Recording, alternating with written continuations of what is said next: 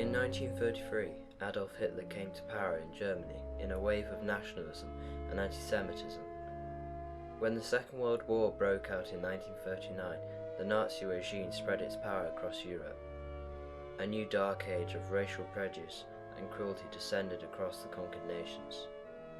Few of the victims survived, and their stories are chilling records of humanity at its worst.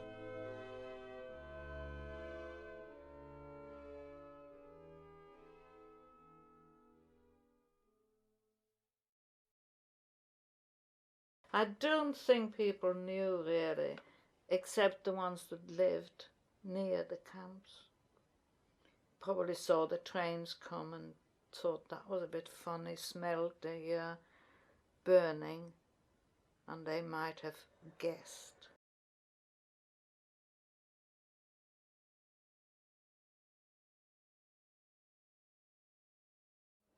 I come from a family of 8. We were, my dear parents, I had a sister and 4 brothers. Only 2 of us survived, my elder brother Jacob and myself. All the others were murdered in different places. Well, my father was a barrister in Vienna, but my parents separated when I was a baby. And I lived with my mother, who was not Jewish. My father was Jewish. A Nazi killed a Jew, and he wanted my father to defend him. But my father said, well, I can't do that. I can't defend a Nazi for killing a Jew. That's absurd. So after the Anschluss, that Nazi made sure that my father was arrested and sent to Dachau. So his account was frozen, his office was closed, his name was taken off the lawyer's register, and he was sent to Dachau. Now, you see, it didn't affect my mother and me, because although I was in danger, my mother wasn't Jewish. So, and I was living with her, so it was under her protection. That wouldn't have carried on like that in later years. Now, my father had a lady friend by then, you see, and she must have done quite a bit to get him out, and she probably paid some money, I don't know. And he was released, but he was only released. First of all, he had to sign a document to say that he would never divulge what happened to him in Dachau, and he never did, and that he would leave Austria, Germany.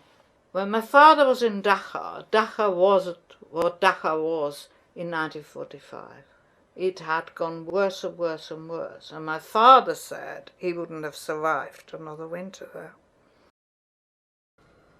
Initial Nazi policy was to drive the Jews out of Germany and Austria. Throughout the 1930s, anti-Jewish propaganda, racist laws, discrimination and expulsions forced many Jews to leave Germany and Austria. But when the Germans invaded Poland in 1939 and Russia in 1941, millions of Jews, including most of those expelled from Germany, found themselves within the German Reich. Ghettos were created to house the Jews as the Nazis became ready to enact their plans. The ghettos were isolated areas of squalid accommodation within major cities in which many millions were forced to live. With the invasion of the Soviet Union in 1941, the Germans simultaneously began the mass murder of the Jews. The SS organized local volunteers and police into execution squads who followed the German army as it advanced. They executed political opponents, and now large groups of Jews, taking them to designated sites and shooting them. Faced with reverses on the battlefield and unable to expel the Jews, we now know that leading Nazis held the Wannsee Conference in January 1942. They had adopted a policy that was named the Final Solution. All Jews in the Reich were to be exterminated on a massive scale.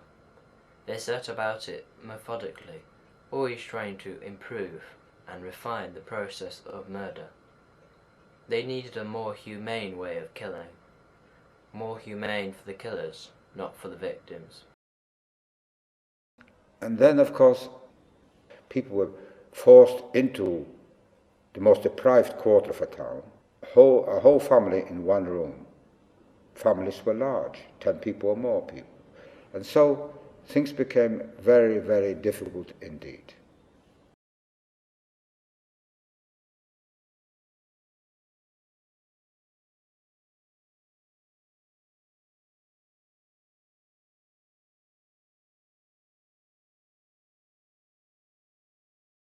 The concentration camps were created at the start of the Nazi regime to house political prisoners.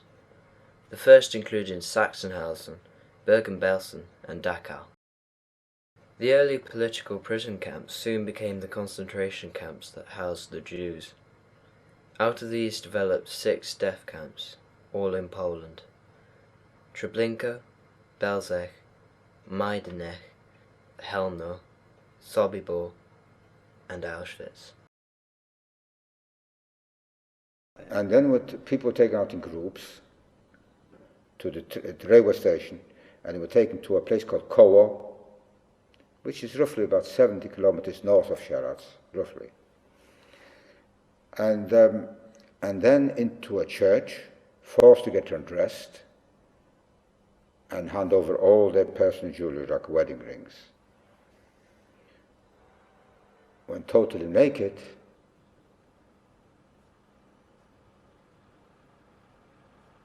into a gassing van, approximately 80 people. The van would be shut, then the gas from the exhaust from the engine will be pumped into the area where the victims were, and of course they were all murdered that way. By the time they arrived, approximately 4 to 5 kilometers further on, all the victims were dead.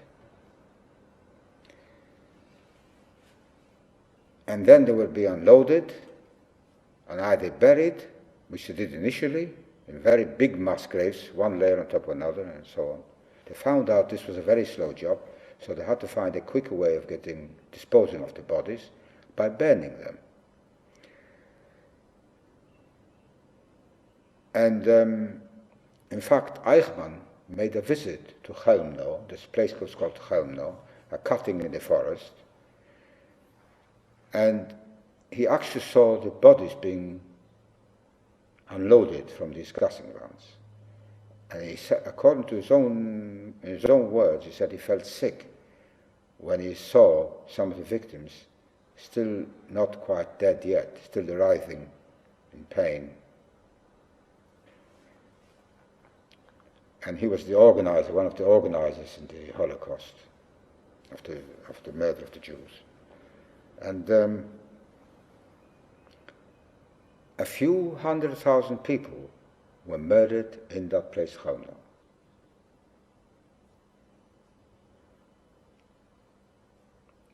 My mum and my 3 younger brothers were among those people murdered in that place.